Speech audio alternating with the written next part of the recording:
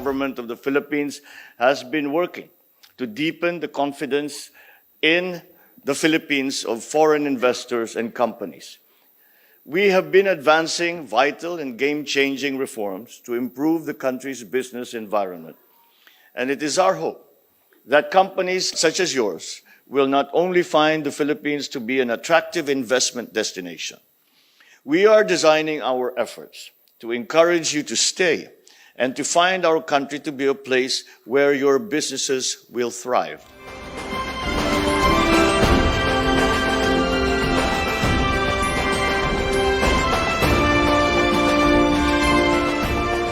This agreement is between Philinvest and Hitachi Aquatech, and this is for a desalination project that will provide water to the cities of Cebu City, Talisay City, and the important tourist destination of Lapu-Lapu City. We are very proud of this project because it contributes really to the economic progress of the Cebu province. Today, we are signing an agreement that JERA brought from the Japanese government of a grant of up to $130 million to be able to experiment on new technologies like ammonia and hydrogen.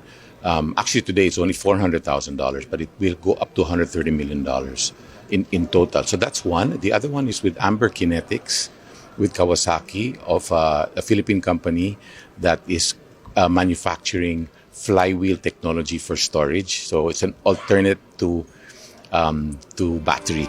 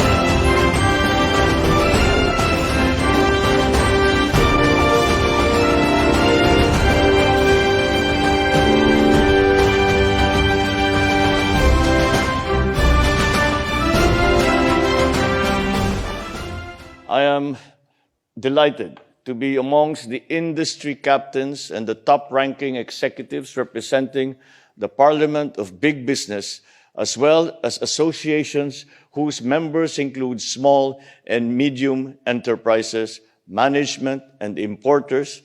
Indeed, there is much to be admired about Japan's unique business landscape, where networks of independent manufacturers, supply, chain partners, distributors, and financiers work efficiently and harmoniously to ensure the success of the whole.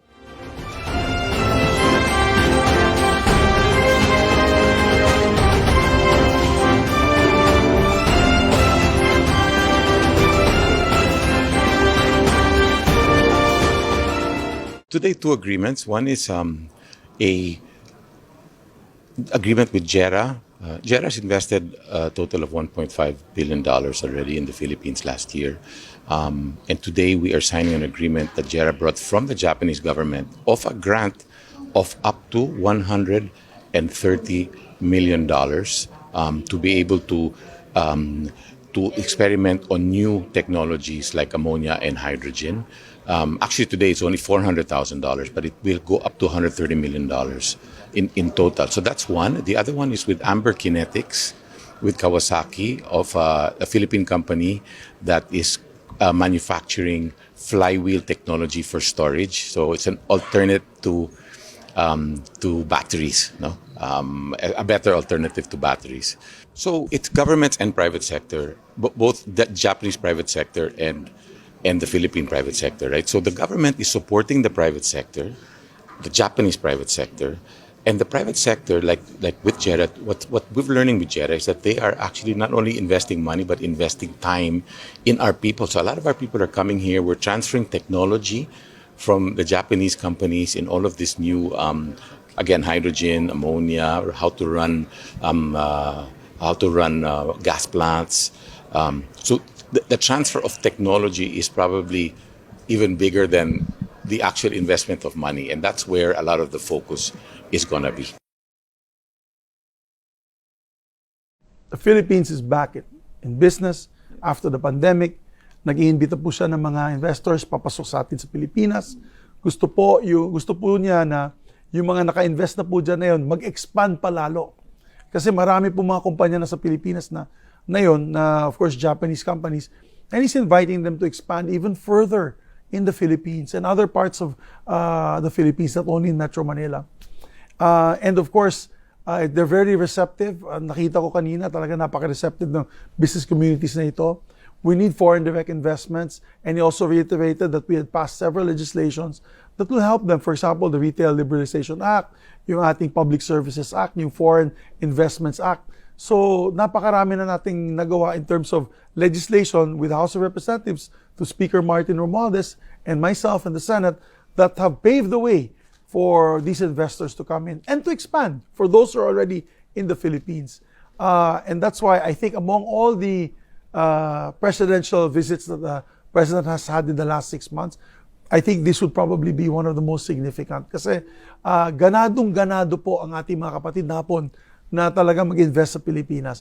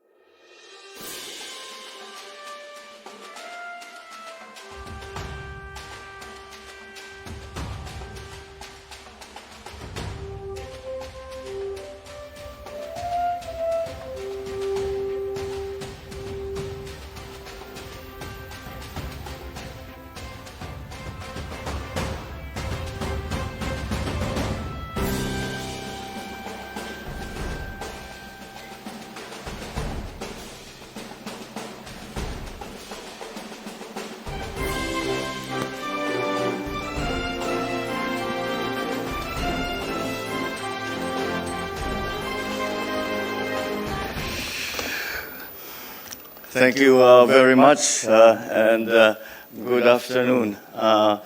Almost good evening to all of you. Please take your seats.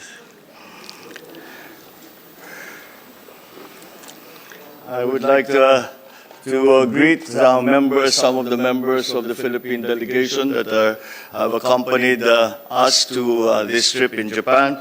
We have with us the former President Gloria Macapagal Arroyo, our Deputy Speaker.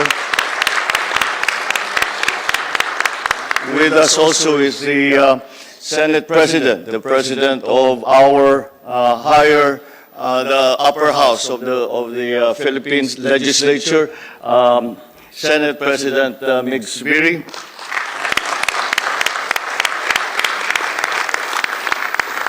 Also here is the Speaker of the House of Representatives, Speaker Martin Romualdez.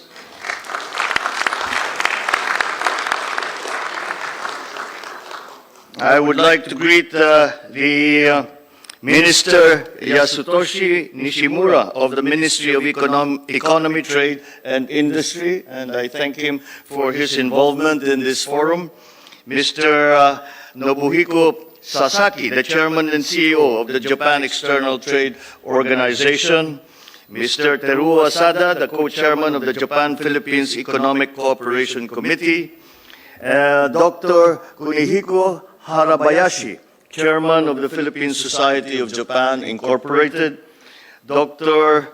Mr. Makatoto Katsura, President of the Philippine Society of Japan Incorporated, my colleagues in government, and all of those who have shown an interest in the Philippines by coming this evening to join us in this forum where we discuss the different possibilities that we have now available in the Philippines for investment. So the other distinguished guests, ladies and gentlemen, good evening. I am reliably informed that we have an overflow of delegates who have come to join us for this forum. And I thank you, as I said, I thank you very much for your interest in the Philippines. And we hope that in this we are able to have exchanged our views on what are the possibilities beyond our economic managers explaining what it is that we have done in the Philippines in the past few months to improve the environment for investment in our country, but also to listen to our friends and partners here in Japan who can to tell us what it is that they feel we can do to improve the investment climate in our country. And I think in that regard, this has been a very successful meeting. And it warms my heart to see a room full of many of our friends from Japan who are here to hear about the latest updates on our economy. Japan has been a steadfast partner of the Philippines, being one of the largest sources of trade, of investment, of official development assistance, and of remittances. In return, on top of the world-class hospitality, the Philippines has accorded Japanese investors a reliable and high-quality workforce and a stable macroeconomic environment conducive to growth. Let us nurture this mutually beneficial partnership. The cabinet members that are here with us, together with our central bank governor, earlier provided you with updates on the economic performance of the Philippines, as well as the investment opportunities in infrastructure and various priority industries. Allow me to summarize the discussion by offering three main reasons why you should consider growing your businesses with us in the Philippines. First, we point to macroeconomic strength. The Philippines has demonstrated a remarkable rebound from the COVID-19 crisis. After expanding by 5.7% in 2021, the country's gross domestic product grew by 7.6% last year. This growth, which exceeds expectations and even our targets, was broad-based, reflecting high government spending and robust domestic demand driven by consumption and by private investment. Inflation, which is a pressing global issue, remains manageable in the Philippines, although it is still one of the problems that we have to deal with. Estimates as of December 15 from the Central Bank of the Philippines indicates that inflation should ease to 4.5% this year and 2.8% by next year, and within our target range of 2 to 4%. Aided by industrialization and a job creation strategy, we expect the Philippine economy to graduate from lower middle income to upper middle income status by 2024, if not sooner. This will keep us on track in achieving our high income status by 2040. Against this backdrop, we envision poverty incidence in the Philippines to be slashed by half, from what is now 18.1% in 2021 to 9% by 2028. Last month, I signed an executive order formally adopting the Philippine Development Plan, or PDP, for 2023 to 2028. Under this medium-term plan, we aim for consistently high economic growth to enable a prosperous, more inclusive, and resilient society. This plan is founded on my administration's 8-point socio-economic agenda, which include the following: investment promotion, infrastructure development, energy efficiency, increased employability of our workforce, expansion of digital infrastructure, innovation, research and development, the pursuit of a green and blue economy, and the establishment of livable and sustainable communities. Our demographic advantage, particularly our young, educated, hardworking, English-speaking workforce, is among the best in the world. That puts us in a strong position on the global stage. This complements Japan's development strategy, given its older demographic, of tapping human resources from outside its borders to meet the labor requirements for its enterprises. We are harnessing this strength by investing more in education and social services for our people. As we have heard in many of these fora before, the concept of upskilling and reskilling our labor and our workforce is becoming an extremely important aspect of our adjustments and transformation for the new post-pandemic society. We will continue to exercise fiscal discipline as we pursue the socio-economic agenda. The budget deficit is down to 6.5% in the first 11 months of last year from the pandemic spending-induced 8.6% in 2021. Under our medium-term fiscal program, we target to reduce the budget deficit to 3% by the end of my term in 2028. Prudent debt management will be critical to achieving this goal. We will reduce government debt as a percent of GDP from 60.9% as of end 2022 to 51.2% by 2028.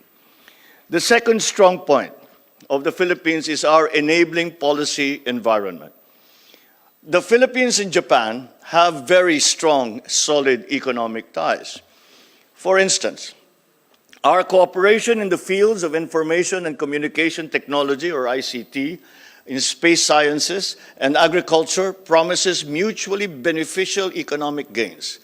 Having said this, there is room for our partnership to grow even further. The Philippines has a great deal more to offer Japanese investors. Recently, we have removed major barriers to foreign investments through landmark legislation.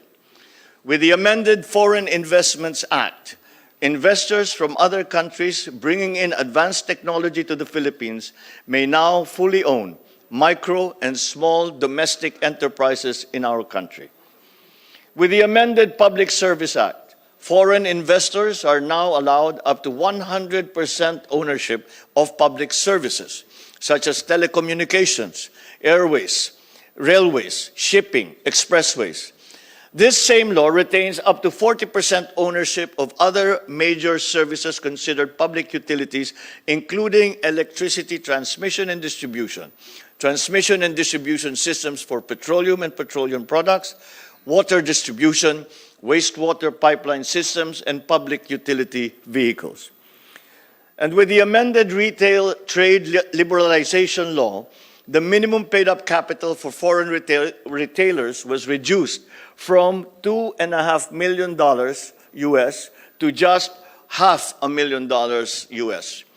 Moreover, under our Strategic Investment Priority Plan, we are offering generous incentives for a wide range of activities such as manufacturing, for innovation, infrastructure, logistics, renewable energy, research and development on advanced digital production technologies, green ecosystems, health, defense, industrial value chain, and food security.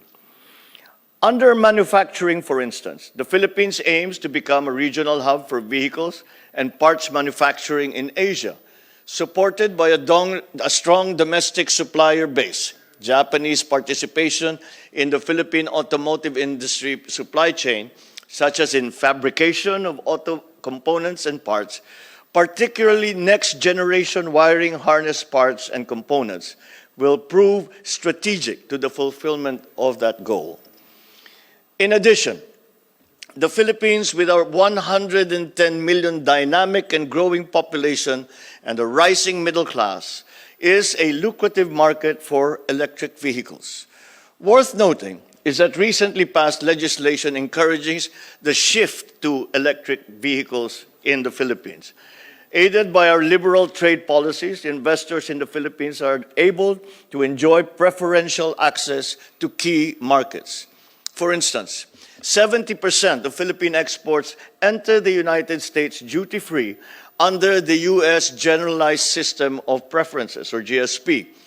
The Philippines also has duty-free access to the European Union market for over 6,000 tariff lines under EU's GSP Plus program. And of course, being in the ASEAN Free Trade Area, the Philippines enjoys preferential tariffs from neighboring countries in Southeast Asia. But we are not stopping there. This administration is pushing for the congressional ratification, which I am promised will be coming soon, of the Philippines' participation in the Regional Comprehensive Economic Partnership, or RCEP. This free trade agreement among Southeast Asian economies, plus Japan, China, South Korea, Australia, and New Zealand, will result in greater market access for 92% of products from the Philippines. At the same time, promising opportunities have opened for the Philippines following our participation as a founding member of the Indo-Pacific Economic Framework. Launched by the United States in May last year, the IPEF seeks to advance resilience, sustainability, inclusiveness, economic growth, fairness, and competitiveness among member economies. The IPEF discussions on the following pillars have begun. They are on trade, on supply chains, clean energy, decarbonization and infrastructure, and tax and anti-corruption. The third and the last point is the Philippines' massive infrastructure development agenda. This is something that I expect you know quite well, with Japan being one of the most active partners in the fulfillment of our country's infrastructure program. Jumping off from the efforts of the past, we are building better and we are building more. We want even faster mobility for our people and goods. As such, infrastructure spending will be maintained at 5 to 6% of GDP, and this will be the annual figure from now till the year 2020-28. We welcome private partners. We have over 200 infrastructure projects under the Public-Private Partnership Scheme, or PPP, that are in various stages of implementation, and there are more in the pipeline. We have made it easier for private investors to engage in infrastructure initiatives. And last year, we revised the implementing rules and regulation for the Build, Operate, Transfer Law, or BOT law, to improve the financial viability of PPP projects. On top of this, one of the priority legislations is to amend the BOT law to provide an even more competitive environment for PPPs. With more roads, airports, railways, along with investments in sustainable initiatives, we are shaping a prosperous future for our people and for our investors.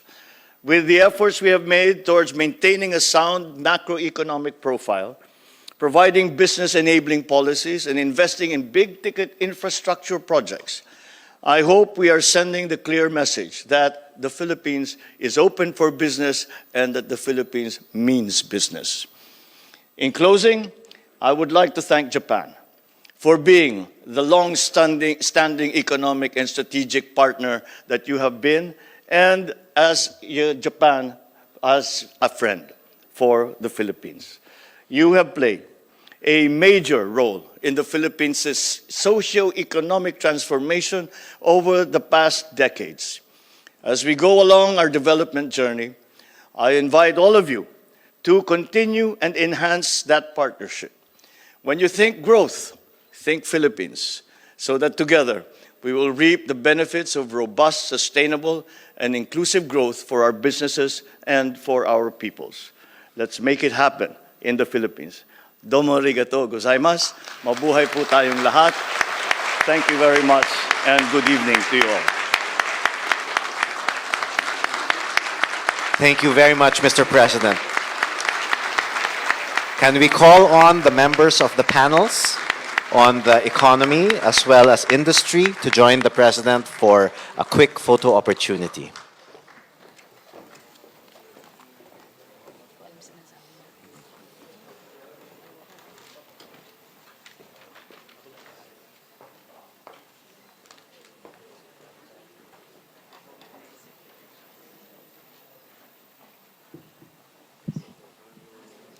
We will now have a photo opportunity with the President, with the cabinet members of the Marcos administration.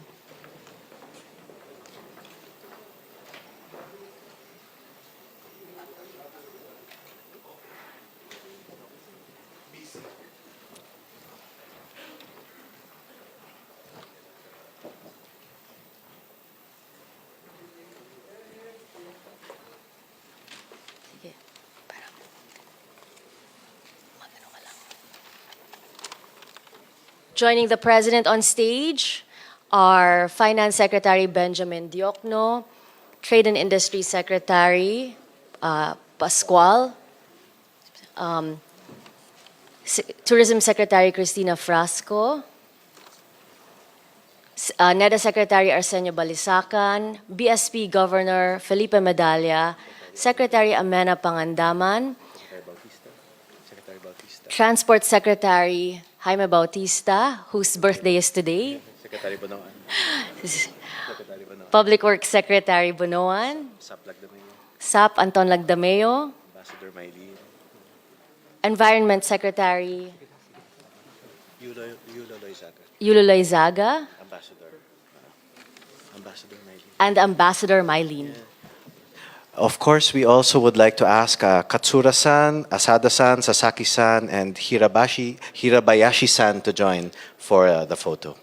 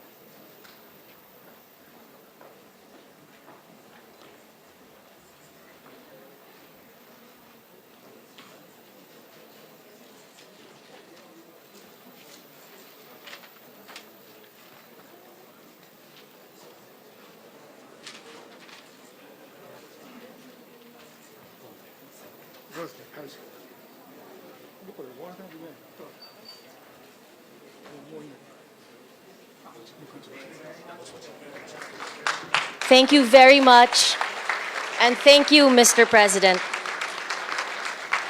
それではここでマルコス大統領がご公務のため退出となります。改めまして盛大な拍手でお送りください。マルコス大統領、ありがとうございました。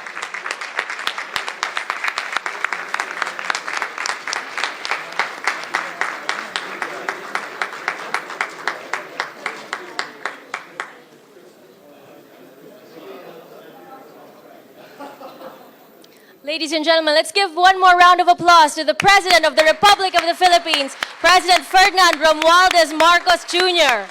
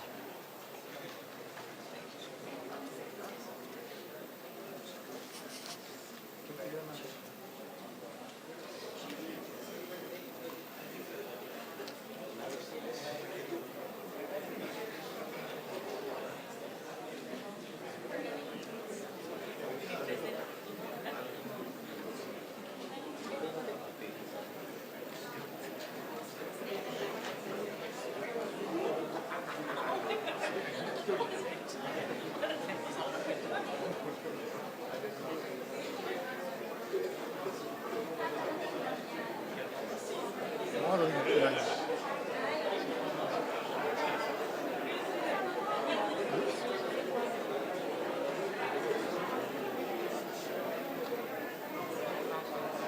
もういいのかな。もう出た。まだ。